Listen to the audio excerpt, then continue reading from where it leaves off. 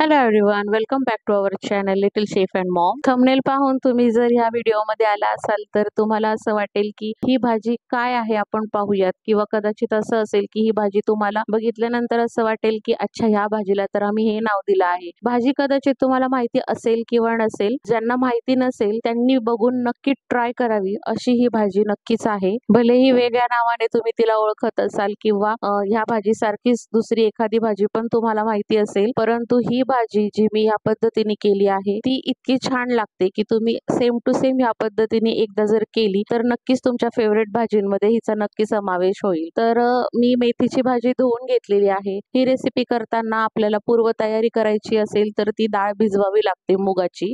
तर रात्रभर किंवा 4 ते 5 तास डाळ सुरुवातीला भिजवून ठेवायची आणि त्याच्यानंतर रेसिपी सुरुवात करताना टोमॅटो मी पातेल्यामध्ये बॉईल करायला ठेवलेले आहे. ते पातेल्यातच उकडून घ्यायचे आणि मेथीची भाजी धुवून घेतली, मी कापडामध्ये गुंडाळून ठेवली. तर ही थोडीशी बेसिक तयारी करून घेतली की मगच रेसिपीला सुरुवात करायची. आता ही भिजलेली डाळ जी आहे ती मी मिक्सरच्या जार मध्ये काढली आहे. त्यामध्ये थोडंसं मीठ टाकले, भरपूर सारा लसूण टाकलाय, मिरच्या टाकल्यात. तुम्ही लसूण नसाल खात तर बिना लसणाची सुद्धा ही भाजी छान लागते. मिरच्या थोड्याशा तोडून टाकते म्हणजे व्यवस्थित बारीक होईल. थोडंसं पाणी टाकून डाळ व्यवस्थित बारीक अशी आपल्याला वाटून घ्यायची. जास्त पाणी नाही टाकायचं, लागन तसं गरजेसाठीच फक्त पाणी वापरायचं आहे. तर थोडं पाणी वापरून मी अशा पद्धतीने ही दळून घेतली मिक्सर मधून. बघू शकता तुम्ही, थोडीफार मध्ये डाळ राहिली तरी चालेल. थोडीशी 1 चमचाभर डाळ मी ठेवली आहे तशीच, ती पण आपण वरतून टाकणार आहोत. आता एका भांड्यामध्ये हे वाटण मी काढून घेते आणि जी डाळ मी थोडीशी ठेवली होती, चमचाभर डाळ असेल ती मी तशीच ठेवली होती. जस्ट पकोड्यांमध्ये थोडंसं टेक्स्चर दिसावं आणि क्रंच राहावं म्हणून मी ठेवली होती. तर ती पण आपण त्यामध्ये टाकली. आता कोथिंबीर कट करून घेते. असं वाटत असेल तुम्हाला की पालेभाजी आहे मग कशाला कोथिंबीर, पण छान लागते कारण की एक प्रकारे हे आपले भजेच होणार आहेत. त्यामुळे याच्यामध्ये कोथिंबीर टाकली तरी ती खूप छान लागते. आता मेथीची भाजी पण मी अशाच पद्धतीने कट करून घेते. खूपच बारीक कट नाही करायची, पण साधारण तिच्या शिरा वगैरे व्यवस्थित अशा कट होतील या पद्धतीने कट करायचं, कारण की मध्ये मध्ये त्या आल्या तर व्यवस्थित आपल्याला ती पकोड्यांमध्ये टाकता नाही येणार. त्यामुळे त्याच्या शिरा फक्त जस्ट कट करायच्या. मोठी मोठी अशी मी थोडीशी कट केलेली आहे. तुम्हाला जर चालणार असेल तर मेथीची भाजी अशी अख्खी पण आपण टाकू शकतो आणि वाफळून घेऊ शकतो ह्या वड्या, पण मी आज डायरेक्ट भज्यांसारख्या तळणार आहे. आता मी याला व्यवस्थित असं मिक्स करून घेतले.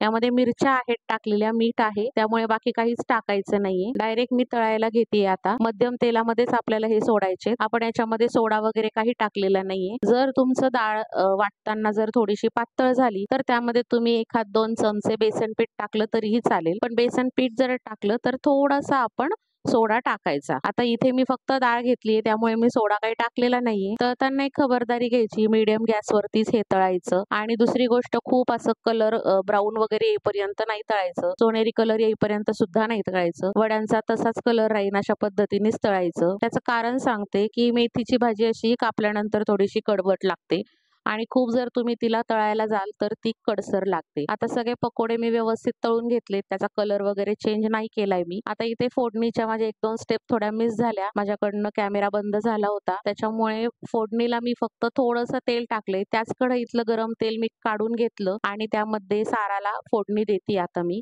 थोड्याशा तेलावरती जिरे मोहरी टाकली आहे, कढीपत्ता टाकलेला आहे भरपूर सारा आणि लगेचच टोमॅटोची प्युरी मध्ये टाकलेली आहे. टोमॅटोची प्युरी टाकून पाणी टाकले आणि आता वरती मी मसाले टाकते आहे. इतर दुसऱ्या कुठल्याही गोष्टी मी फोडणीसाठी नाही वापरल्या. धने पावडर, काश्मीरी लाल मिर्च आणि अगदी थोडीशी हळद टाकलेली आहे. बस एवढ्यामध्येच आपल्याला ह्या साराला जास्त काहीही करायचं नाहीये.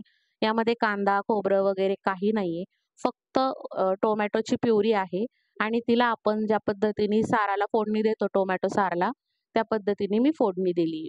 आता मी मीठ टाकले आणि गूळ टाकलेला आहे. गूळ बऱ्यापैकी टाकायचा आपल्याला, कारण की याला थोडीशी गोडसर चव करायची आहे. थोडीशी आंबट चव येते टोमॅटोमुळं. गोड थोडंसं एक्स्ट्रा करायचं, म्हणजे आपण साराला जितकं टाकतो त्यापेक्षा थोडासा गूळ वाढवून टाकायचा.